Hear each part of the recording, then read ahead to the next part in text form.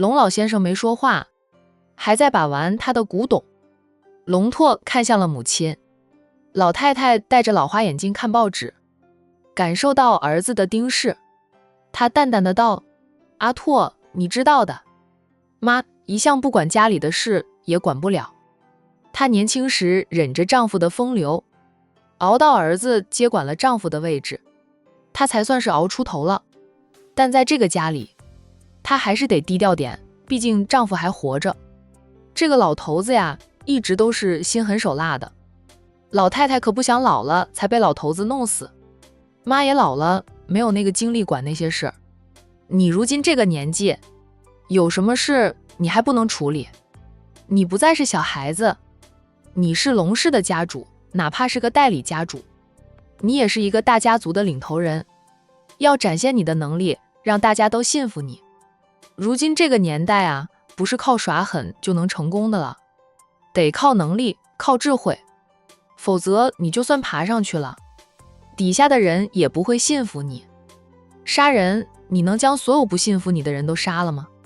老太太说这些话时头都不抬。丈夫当初能联合那么多人害死家主，是因为嫡系一脉的人越来越少，人丁单薄了才能下手，杀也只需要杀一家人。如今儿子面对的是整个家族的人，总不能将整个家族的人都杀了吧？就是目前的困境你都解决不了，一味只想着杀人了事，你以为你一下子害死那么多人，真能高枕无忧？龙腾集团那个小子盯着你呢，但凡家族里少了一个人，他都会知道，会怀疑，会调查。万一被他搜集到证据，交到警方手里，你以为你能逃过去？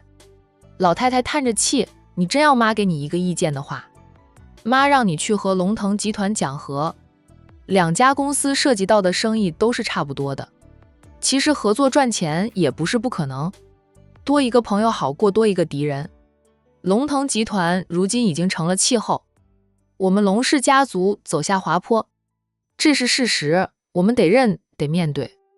龙拓恨恨地道：妈，那个臭小子在宴会上当着那么多人轻视我，羞辱我，害我丢脸，让我去向他低头。讲和，我的脸往哪里搁？想让若雨用美人计的，那个混蛋看不上若雨啊，能进得他身的女性只有那个女保镖。在龙拓看来，自己的女儿被那个女保镖漂亮多了，但叶龙庭就是信任那个女保镖，她是过来人看得出来。叶龙庭对那个叫初九的女保镖感情不一般，初九的眼里也只有叶龙庭，撬都撬不走，打也打不赢。不说初九，就是其他保镖，个个都身手了得。不知道叶龙庭去哪里请回来的保镖，比道上的那些职业杀手还要厉害。那晚派了杀手潜伏在叶龙庭回家必经的那条路上，等着再暗杀叶龙庭一次的结果。杀手们潜伏了一个晚上，都没有看到叶龙庭的车子经过。任务失败了，但他要支付的佣金一分不能少。隔天才知道叶龙庭那晚去了他名下的其他房子。有钱人房子多，就是龙拓自己也有不少房子。那个叫初九的保镖也确实难缠，功夫太厉害了，除非用枪，否则真拿他没办法。老太太总算放下了报纸，她推了推鼻梁上的眼镜，对儿子说道：两家公司是死对头，咱们让若雨去接近叶龙庭。傻子也知道是什么心思，叶龙庭怎么可能会让若雨接近他？想走那条路线，唯有两家公司合作，不再针锋相对，才有机会。龙拓不说话，老母亲的话不无道理。半晌，龙拓说道：妈，就算我想假意和叶龙庭合作，他也不会答应的。他的目的就是超越龙氏，取代龙氏，甚至是吞并龙氏。我是把他当成当年那个孩子的了，我们与他有着不共戴天的大仇，他怎么可能愿意合作？龙拓恨恨地道：那小子太难搞了。龙老先生放下了古董，说道：看看分公司有什么职位适合大家的，给大家安排安排，工资待遇给的好一点。他们有了好工作，有了稳定的高收入，就不会被叶龙庭拢过去。大权是要紧握，但也要给族人们一条生路。他们吐槽你的无能，说什么希望叶龙庭就是那个孩子回来接管家主之位，无非是想要好处。只要给了他们好处，他们就不会说了。你如果用强硬手段对付他们，反而将他们推到了叶龙庭那边。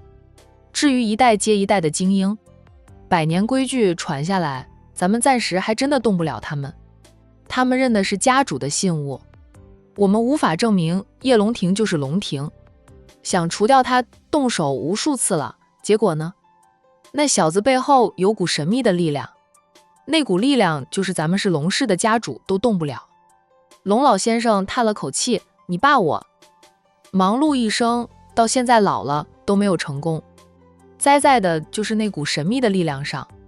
那股神秘的力量来自哪里？到底都是些什么人？为什么会托举着叶龙庭？难道他们的头头才是那个孩子？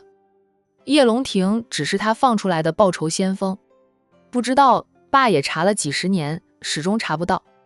总有一股力量阻碍着我们查下去，若想硬查，就会遭到报复。爸当年为了查那股力量，折进去了多少人？龙拓不说话了。可我觉得叶龙庭就是龙庭，应该不是人家的棋子吧？叶龙庭那么嚣张的人，怎么可能心甘情愿当人家的棋子？那股神秘的力量倒也不多管闲事，但他们护着叶龙庭却是事实。爸的很多阴谋计划都是被那股力量破坏的，我怀疑叶龙庭身边的保镖都来自那里。龙拓担心的道：爸，若是那样，咱们岂不是会落得像江城凤家那样？咱们经营了30年的成果，最后为他人做了嫁衣，这是龙拓无法接受的，也是他父母无法接受，害怕会变成现实。江城凤家上一代家主就是那样，自己夺了权又如何？当了几十年的家主又如何？费心心思将家主的大权收拢，结果为海玲做了嫁衣，只因海玲是上任家主的长外孙女，本该是正经的接班人。龙老先生不说话了，他是担心，早20几年前他就开始担心了，担心落得凤家家主那样的下场，为他人做了嫁衣，所以他拼尽全力去追查，一点线索都不肯放过。只要是他怀疑的对象，他都派杀手去暗杀对方。有很多人无辜惨死，就是被他怀疑他错杀了的，被他怀疑是龙庭的人，只有名字叫龙庭的叶龙庭。一次次的暗杀都失败，从他到他儿子派出杀手去暗杀叶龙庭，都以失败告终。最好的结果就是那个叫初九的女保镖受伤，但叶龙庭没事。他们非但没有杀到叶龙庭，反而遭到叶龙庭更加猛烈的打击报复。初九是叶龙庭最信任的保镖，两个人真的是形影不离。若雨认为两个人关系非一般，可能初九还是叶龙庭的女人，不无道理。就是龙拓都认为初九是叶龙庭的女人。爸，如果我们一家落得那个下场，我会气死的。龙拓愤恨地道。你以为爸不气吗？爸气得更甚。若真是那个下场，他顿了顿后有点无力的道，只能说是天意了。我不相信天意，什么天意难违，我只相信事在人为。我就不信了，我除不了叶龙庭。若雨呢？龙拓答道，上班呢，忙他的生意。若雨不是不想拿下叶龙庭，是拿不下来。爸，要不换一个女人，不要我们龙氏的人。叶龙庭一心想做掉我们龙氏，只要姓龙的女人，他都会防着的，那样美人计对他没用。咱们去找一个适合的、好拿捏的女孩子回来，让她去接近叶龙庭，帮我们做事，可能还有效果。龙拓是希望自己的女儿能拿捏住叶龙庭，但问题是叶龙庭不近女色呀。能近得他身的只有初九这个女保镖，当然也可能是叶龙庭防心太重，龙拓就想换一枚棋子，他爸妈都不说话。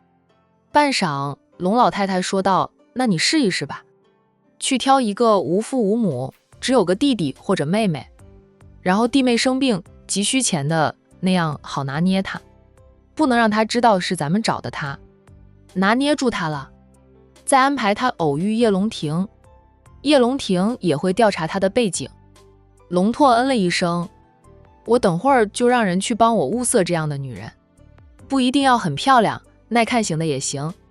龙初九就属于耐看型，叶龙庭估计就喜欢那类型的。”龙拓连连点头。一家三口商量好了对策，龙拓便去办了。等儿子走后，老夫妻俩都不说话，大厅里一片死寂。龙老先生重新拿起了刚才把玩的古董，继续把玩欣赏，老太太则重新看报纸。好一会儿，老太太说道：“安排孙辈们出国吧，咱们又没有输，我觉得我们没有赢的机会。那个孩子肯定就是叶龙庭，叶龙庭估计想收集当年的证据，替他爸妈报仇。事隔30年，他想收集证据就没那么容易了。但他那里若有家主的信物，有印章，有图腾，他以真面目见人，公开承认他的身份。明面上他是能接管龙氏家族的，以他的能力，他接管了龙氏家族，还有咱们的活路，那些族人能反抗得了他？咱们这一辈以及阿拓这一代人，都做了不少的坏事，我们是不会有好下场的。但孙辈还年轻，他们也没有做过什么坏事，送他们出国，远离纷争，也是为咱们留几个后，能让他们带走的东西，都给他们带到国外去。就算龙庭回来清算，至少我们这几十年来攒到的家产，不会全成了龙庭的嫁衣，好歹留了部分给咱们的孙辈。孙辈只留下若雨就行。龙若雨经常跟着父母出去应酬，交际又与叶龙庭交过无数次手。他若是突然移民到国外去，龙庭就知道他们在做逃跑的准备，肯定会阻拦的。咱们一把年纪了，什么荣华富贵没有享受过，死也不怕了，死也死得过了。就是孙辈太年轻，老太太想护着孙辈，儿女这一辈他都护不了。老头子把玩古董的动作一顿，看向老妻。夫妻俩年轻时感情不能说好，也不能说差，妻子背后的娘家帮了他不少的忙。他在外面玩了不少女人，也养了不少情人，就连私生女都有好几个，但他从来没有想过离婚，扶正外面的那些女人。他清楚得很，能帮到他，能与他一同面对的只有他老婆，当然也是他做的坏事。老妻这里有证据，很多证据，他怕离婚，老妻撕了他。老太婆也看得开，就是年轻时都看得开，只要他不让外面的女人生儿子，只要外面的女人不会威胁到他龙太太的地位，只要他的事业，他的家产都由原配所生的儿女继承，老太婆就不管他在外面养多少个情妇。就是现在，龙老头在外面都还养着几个年轻漂亮的小情妇，那些听话的给他生了私生女的情妇，他也养着，但不会再碰他们，毕竟他们现在也成了黄脸婆。他喜欢的是那些小年轻，只要他有钱，18岁的他都找得到。你这是认为咱们会落得凤家那样的下场？你觉得咱们能逃过？龙老头张张嘴想否定，却一句话都说不出来。如今龙氏家族在 H 市的影响力如何，你比我更清楚。不是咱们儿子没本事，是对方太厉害。你也说了，人家背后有一股神秘的力量帮着他。叶龙庭就是龙庭，我们都猜到了，他回来就是为了复仇，但他没有马上行动，而是先成立了龙腾集团，跟我们抢生意，花了不到10年的时间，就让龙腾集团追上了龙氏集团。他就是想变得更加强大了。也是做出成绩给大家看，那样他公开承认他的身份，在接管龙氏家族以及龙氏集团，他有足够的能力带领着龙氏集团重回巅峰。年轻一代的族人哪里管以前的事，他们也不知道以前的事，谁有能力给他们一份稳定的工作，给他们稳定的生活，让他们生活好起来，他们就追随谁。